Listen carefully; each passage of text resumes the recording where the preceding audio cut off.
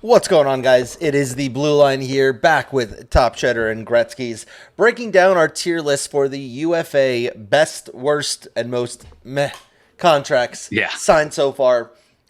Typically, UFA is the time of the year where you see some albatross terrible contracts.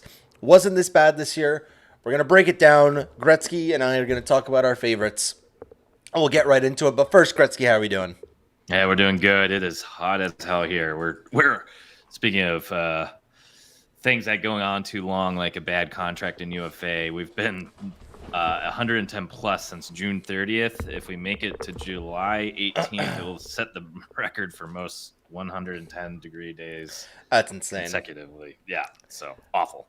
But We're going to get right into this. Real quick highlight, we're going to talk about why we're putting players in certain spots, but we're really grading it on the fit, the term, and the AAV. And we're going to try to talk about similar players at the same time, because I think it really helps you understand why certain deals are good and certain deals are bad. The first one doesn't really have a comparable. I think he was the best defenseman on the market. I think he was the best UFA on the market. Goes to one of the best teams in the NHL on only a 2-year deal.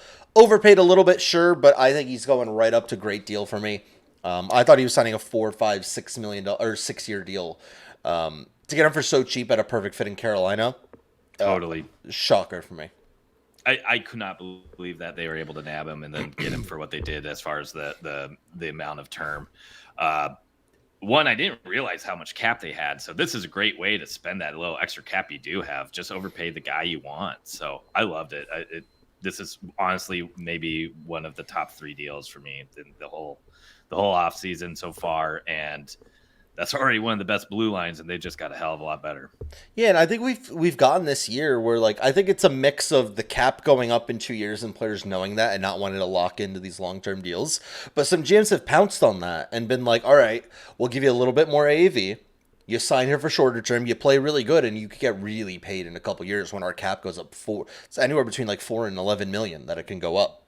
So perfect deal. He goes to a great team and he's a great player. I love it. Yep. Gonna put the next two together, Connor Clifton and Eric Johnson. I think putting them more together because they're going to the same team. I don't see the need for both of them, which is my worry. Yep. I think, and when we were talking about this in the draft special, I really wanted to see Buffalo maybe move that 13th overall pick for a right pairing defenseman, because that's kind of what they need with Power and Darlene already on the left-hand side. Neither of these guys are going to really be able to take the minutes or the kind of the ask of being a top pairing guy going up against some of the best lines in the league. But Clifton is a nice, as far as age goes, term goes. I thought that was a really nice fit. Should definitely help the blue line. EJ was a little bit rougher, and I would put this maybe in the meh to bad, where Clifton I'd put in the good. Yeah, same thing for me. I think Eric Johnson is on the downside of his career. I think he's only getting worse. I think he had his worst year last year in Colorado. He had a little bit bigger ass than usual with Bowen Byram being out, and just wasn't able to kind of fit there. And that's coming off a really good team in Colorado. I think he's going to struggle a little bit in Buffalo. Meanwhile, Connor Clifton was a really, really good defenseman for Boston, one of the best teams in the NHL. Sure, he's going to a slightly worse defensive core there, but he's only 28. There's no reason he can't get maybe better with a little bit more ask. I don't think he's going to be their top. He should be on their top unit whatsoever. But I think 3 years for a 28-year-old is perfect. Only $3 million a deal or a year. I think it's a good deal. Yep, agreed. We'll move on to now two vets that we really, really like to fit. Both of them going, one leaving the team and one going to that same team. Kind of replacing him. Ryan O'Reilly and Matt Duchene. Man, that revolving door for kind of both of these teams is pretty incredible. So, Nashville bought out Duchene, which was kind of a shocker for everyone, but they clearly had a plan, and they really replaced their number one centerman with Ryan O'Reilly, who has been a number one center for most of his career. I think this is a really good fit as far as a Barry Trotz fit. It should really help with some of these kids who are coming up and now making the lineup, where Duchene is a little bit more of a risk taker, not nearly as good defensively. Ryan O'Reilly is, did he win the Selke before? I'm not 100%. I mean, he's sure. known for his two-way play. This is one of the top defensive The only reason centers I would in say the he league. didn't is because I know that Pavel Datsyuk and Patrice Bergeron have kind of just. Bergeron's hogged it for a long time now, but He did win a Selke in 2019. yeah, so that awesome.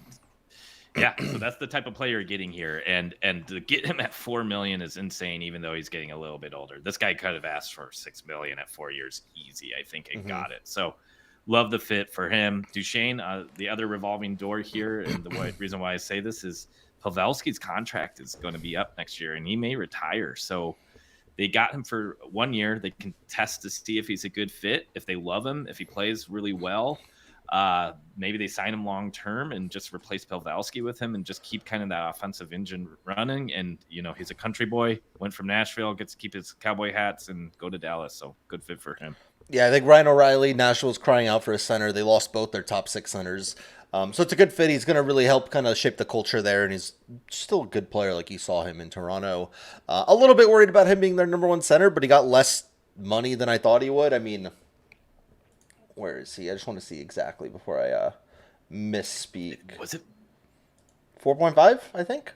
Yeah, 4.5 million. Yeah. If you're telling me he's making less money than JT Compher, great deal. Great fucking deal, because he's 5 times the player that JT Compher is. Oy, when you put it that way. Matt Duchesne, 1 year, $3 million. I think because he got bought out, he's still getting paid by Nashville.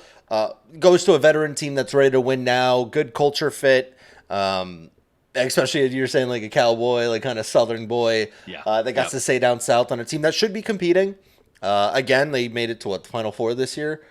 Yeah, Final Four this year. No, they're conference finals. It was Vegas. And that's what I mean, Final Four. Sorry, gotcha.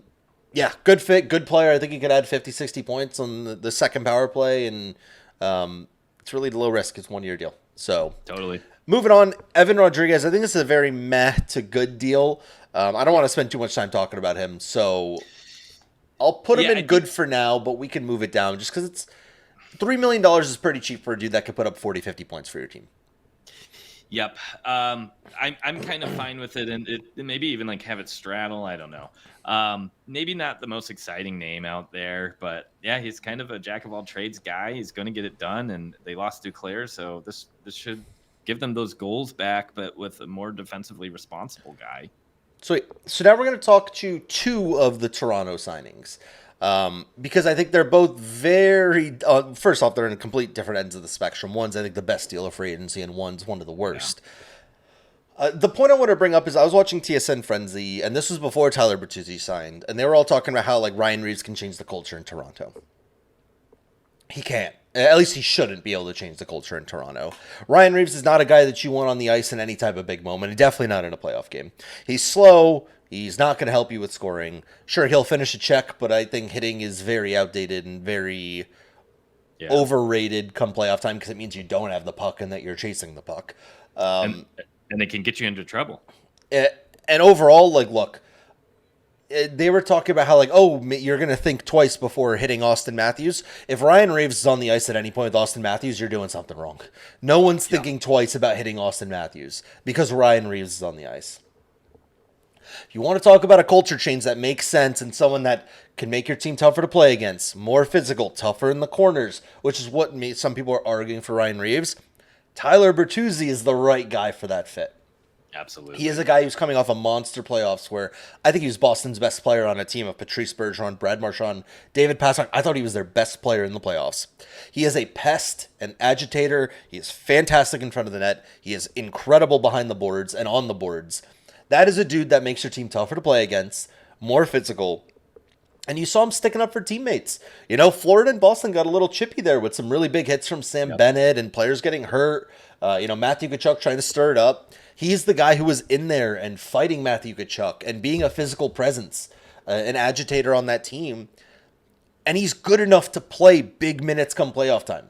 Ryan Reeves shouldn't even be iced come playoff time. No. He's a great locker room guy. I'm sure the guys will love to play with him. Come playoff time, he does not make your team any better. And why you're giving him 3 years, I don't know. The term is the killer part. It's just crazy. He's not an NHL quality player. I am sick and tired of NHL GMs having roster spots for players that do nothing but fight, and for whatever reason, they're stealing away roster spots from players who are actually good. And again, he just shouldn't be on the ice come playoff time. Point blank, period. Tyler Bertuzzi, I think, is the best deal signed in free agency. He's Yeah, going to that's help that awesome. Toronto Maple Leafs team. Yeah, and agreed. And I really like what we saw from Bertuzzi once he got to Boston. His points went up, his production went up, because in Detroit he was kind of an up and down guy. Always brought kind of those intangibles, but as far as just a point producer, he wasn't as consistent. Now you put him in the top six that Boston had, and he's producing. You're going to put him in the top six with Nylander, Matthews, and Marner, and this could be a long-term replacement for Nylander if they want to move on from him. Mm-hmm. Let's keep her moving from one of the best deals to one of the worst deals, and we'll put both of the Detroit bad deals, kind of lump them together, because I think Detroit's done a lot of good this offseason, and we'll talk about it when we get to Ghost Bear, and we'll talk. Daniel Sprung's not on this, but I like that move a lot. But why is JT Compher getting 5.1 million for 5 years, coming off a career year where he had a heightened amount of ice time on a not stacked, but a very good Colorado Avalanche team, where he was regularly playing number one power play unit time, because I was betting his power play point with Valerie Nichushkin, Nathan McKinnon, Cale Makar, Mikko Rantanen, to now getting paid basically like a 2C in the NHL. When he's not that. He's good defensively. He's a very good 3C. He's getting paid for too long, too much money, and I expect him to regress back to a 30-point center on this Detroit team. I think it's a wild deal for me. And then Justin Holl, why? You have Simon Edvinsson waiting in the wings, and within 2 years, you're going to have Wallinger want to make a spot up. Why are you signing him to a 3-year deal? He doesn't. He does nothing for me. And we were talking about this last offseason where Yzerman just seemingly went out and just got guys just to get guys, and it feels like he's kind of done that again. And it's like there are more off seasons. There's going to be more free agents. There's going to be trades you could even do, and it's just like, I don't get it. I don't get some of these. I mean, honestly, Sprong, you make your trade for DeBrincat and Gostisbehere. That's a great little offseason. But he just kind of he habitually crosses the line with his free agent signings lately, and it's just kind of baffling. Yep. I think that's these two deals just make no sense to me. I think Hall was terrible for Toronto. I saw most Toronto fans never wanted to see him be on the ice. They're going to give him 3 years. And then again, JT Compher was a good player for Colorado. Sure, he brings a little bit of veteran experience, but you don't need to pay him for this much. If you're willing to overpay like this, why not just get Alex Killorn, someone that Stevie Y knows, and exactly. I think might be a much better player. Even a Ryan O'Reilly. I think there's cheaper players. With Ryan O'Reilly and Larkin down the middle and Kopp as your 3C. Yeah, and I don't get me wrong. I know Killorn got more money, and we'll move right on to him right now. I don't think Killorn was particularly a good deal either. I think it was a good fit. I think Anaheim's exactly where he needed to go, because all the good teams kind of used up his cap at this point. He wanted a payday. He's coming off a career. He got it. He's going to make Anaheim a little bit tougher to play against. He might be a good mentor for those rookies and kind of teach them how to win. But a 33-year-old signing a $6 million AAV deal for 4 years is going to go in bad deal for me, because I think most likely Anaheim's going to be buying him out right as they're kind of getting on the cusp of wanting to be competitive. For me, I'm going to put it in bad deal. I think it's just too long, or too much money, and too long for a 33-year-old.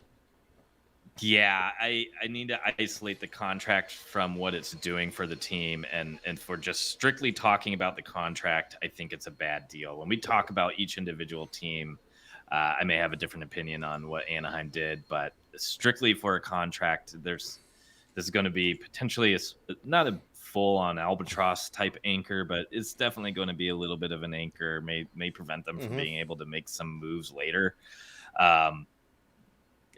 He could be a great player for them for a season, maybe 2 seasons, but when they're really starting to turn around, I don't know if he's going to be able to keep up with, the amount of games he's played in his career, because this is a guy who's gone to the Cup Finals and 4 years in a row or something like that. Yep, 100%. Keep her moving. I mean, if we're talking about Alex Killorn, we'll put Radko Gudas it's really the exact same signing, just a defenseman. A guy who...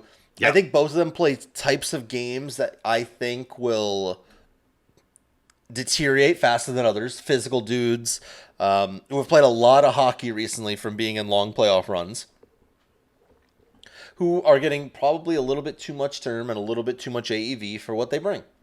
Are they going to help the Anaheim team? Yes. Does Anaheim need the cap space right now? No. But from strictly just looking at the contracts perspective, I think this is too long, a little bit too much money for a player who I think could get significantly worse as the contract drags on. Yep, agreed.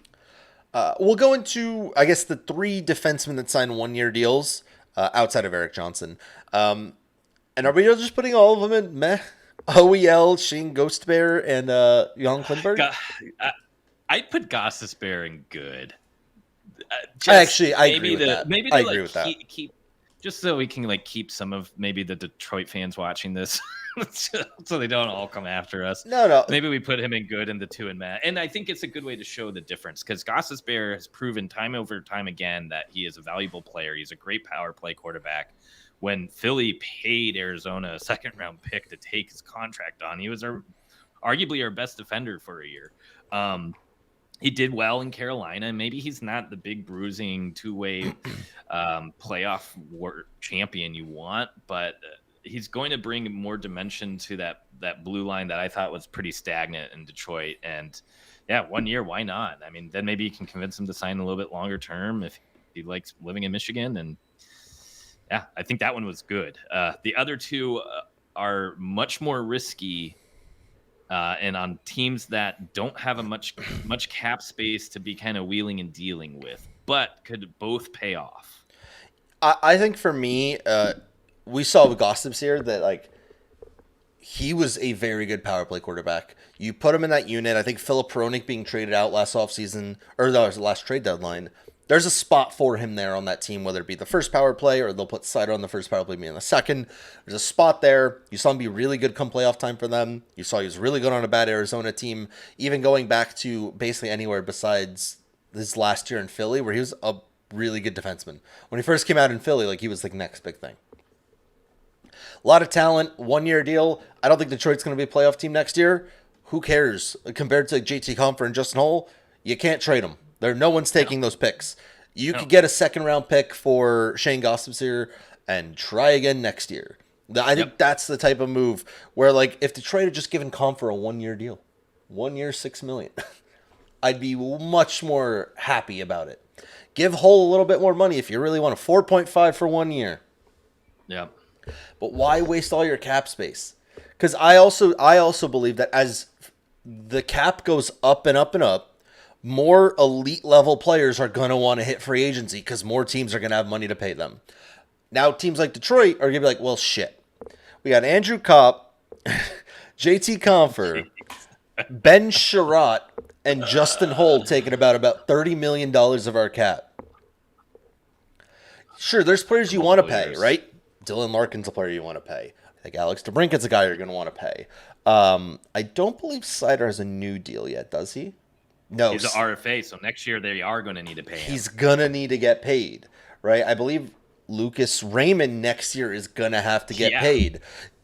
They're not going to have much money to keep improving their team, which is my big worry with where this team's at.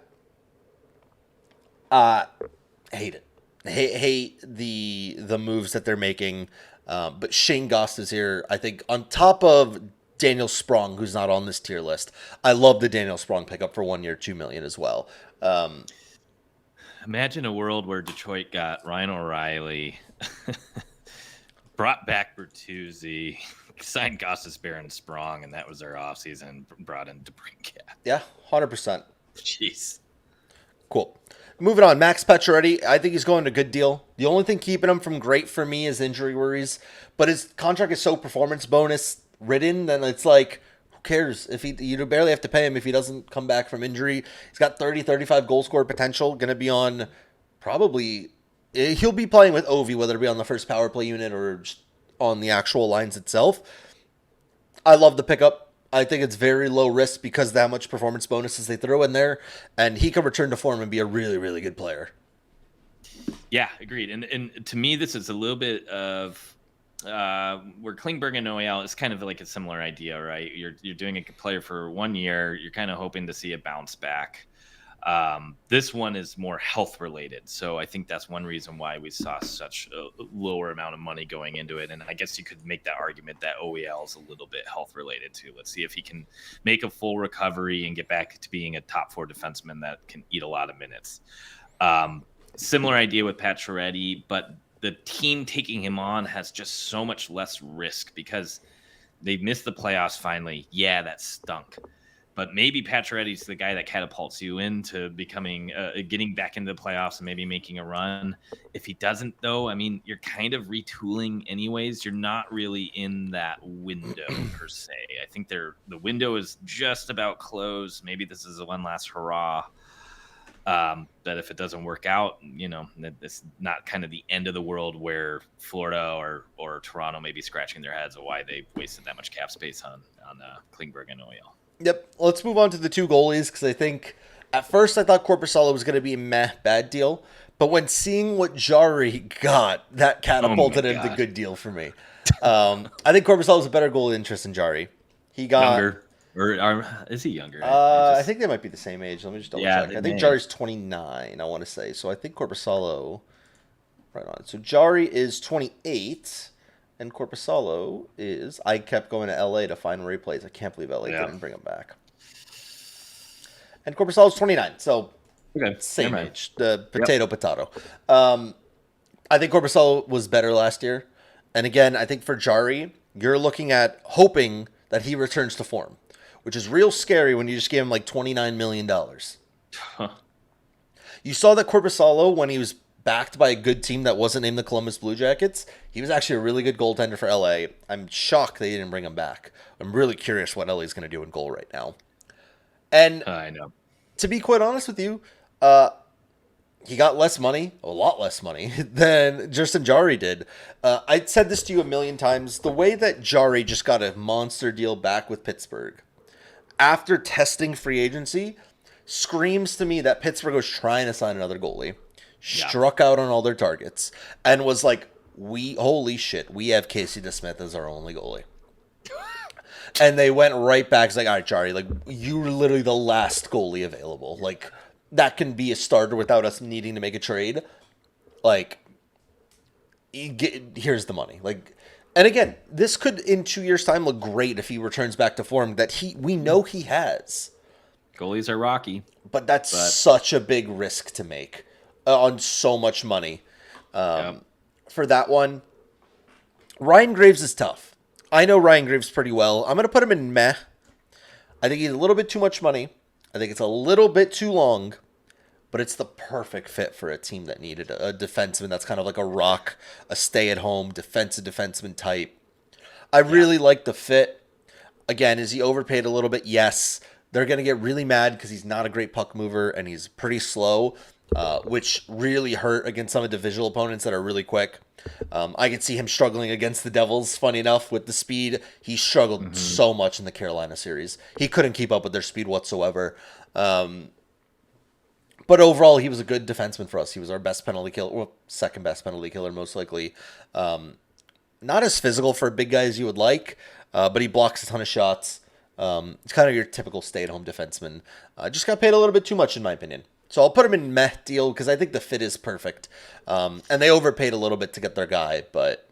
Yeah, look, I mean, if they get to the playoffs, I don't think anybody in Pittsburgh is going to be complaining about the signing right now, and he's the type of player that may help them get there again, but I'm agree. Right now, if every team could have signed Susie, they would have. And unfortunately, that's just not the case. So, you're having to overpay a little bit for people like Graves otherwise. Yep. Almost done here. Let's keep moving. We got 5 guys to go. Michael Bunting. I'm going to put him in good deal. Yeah, me too. I like this. I like this as a fit. I like this as more depth scoring, more insurance. I think Carolina kind of learned the hard way that when Pacioretty and Shevnikov both were out, their top 9 was cracking a little bit. So I really like this. I don't know if our expectations are wrong, but I thought he was going to get a monster deal. TSN had him as one of their top UFAs available. I thought he was getting 6 years, $5 million, and he's going to end up going to like a shitty team. No, he goes to one of the top contenders on 3 years, $4.5 million. Good two-way player. He brings a little bit of snarl and physicality, good in front of the net. I think you put him in that role that Stefan Nason was, like on their top power play unit, and I think he's much more talented than Stefan Nason is. Same here. I love the fit. I think sure maybe his AAV is a little high, but for 3 years, like you're not cap strapping your team in any way. No. Really, really good move. Going on to Carson Soucy, who I think is another really, really good move. Yeah. I thought he was going to get more coming off a monster playoffs. And he goes to the team that needed him most. I think we talked about how Vancouver really needed a defenseman, and now they really got a good defenseman in my eyes. Yeah. Perfect. These two deals are like what you want your team to be doing in UFA. You're adding players without having to make trades that are on the youngish side. You're not necessarily overpaying too much, and they are good fits for your team. This is perfect. We'll talk about we got 3 players to go, so go through them real quick. Blake Wheeler going to the New York Rangers. I think he's very similar to Kane in the way, like, he's a playmaker who's losing his legs a little bit, and he's not going to help your team defensively whatsoever, but he'll put up 40, 50 points. And to get him at $800K, you can't hate on it. I think he got much cheaper than I thought he was going to get. I'll put him once again in good deal because I don't think there's a lot of downside for a guy who might put up 30, 40 points for $800,000. I'm just worried about the fit. Again, Peter Laviolette talked about how they want their young players to get more ice time and get more chances. Is he now just going to be the vet that clogs the top 6? And it's like, well, sorry, Kako, you're back to the third line you go, buddy. Hey, yeah, I didn't even think of that. But ultimately, I mean, Wheeler kind of can play up and down the lineup a little bit, and they have enough skill on that roster where that he can kind of slide on second or third line, or you can bring people up. Yeah, I think there's a good deal. I mean, it honestly, a huge piece of this is he got a body who can play in the NHL for essentially an AHL contract or league minimum, and it allows them to deal with their RFAs better. So it's hard to complain, even if he stinks. Agreed. I mean, it's just like having a replacement guy. Agreed.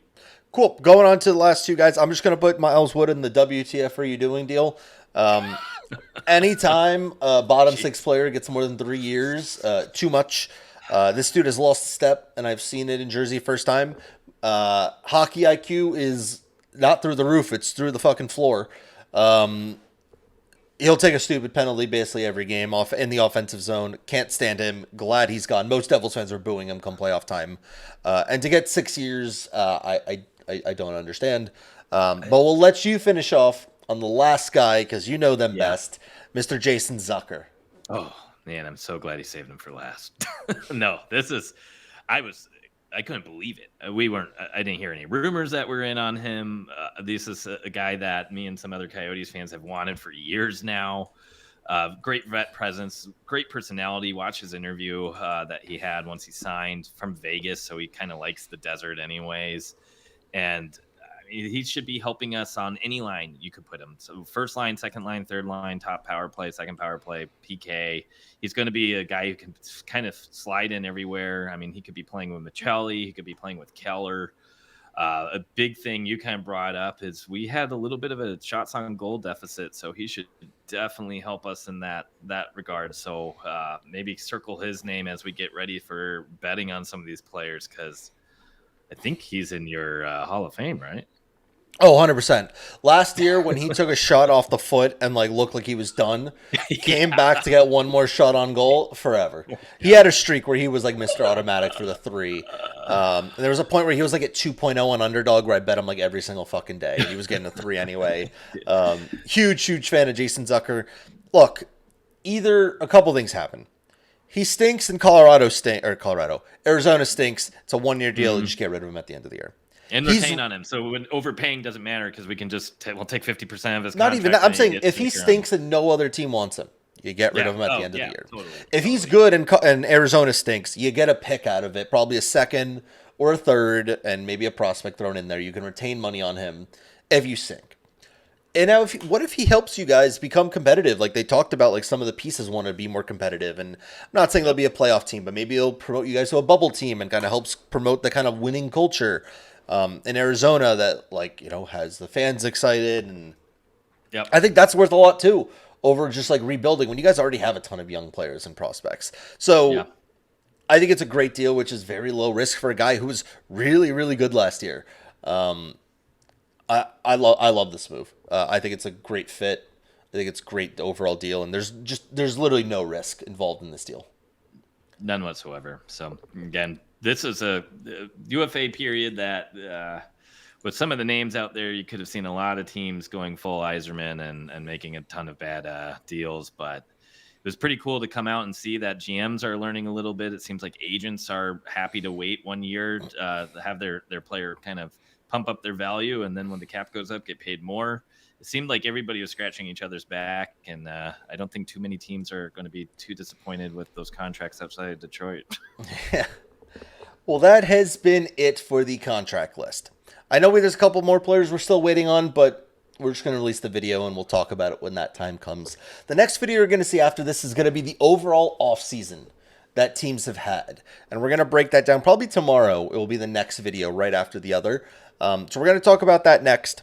It'll be a slight different video, but let us know what you think. What do you think about some of these deals? Are there any ones that we got wrong that should be misplaced and put into other areas? Drop it in the comments below. We're going to be responding to them in the comments on Twitter and bringing up in videos as they come on as well. So I really appreciate you guys watching. Make sure you guys leave a like, drop a follow on Twitter and subscription on YouTube. And we'll be back very, very soon with more content. Thank you guys. Awesome. Thank you.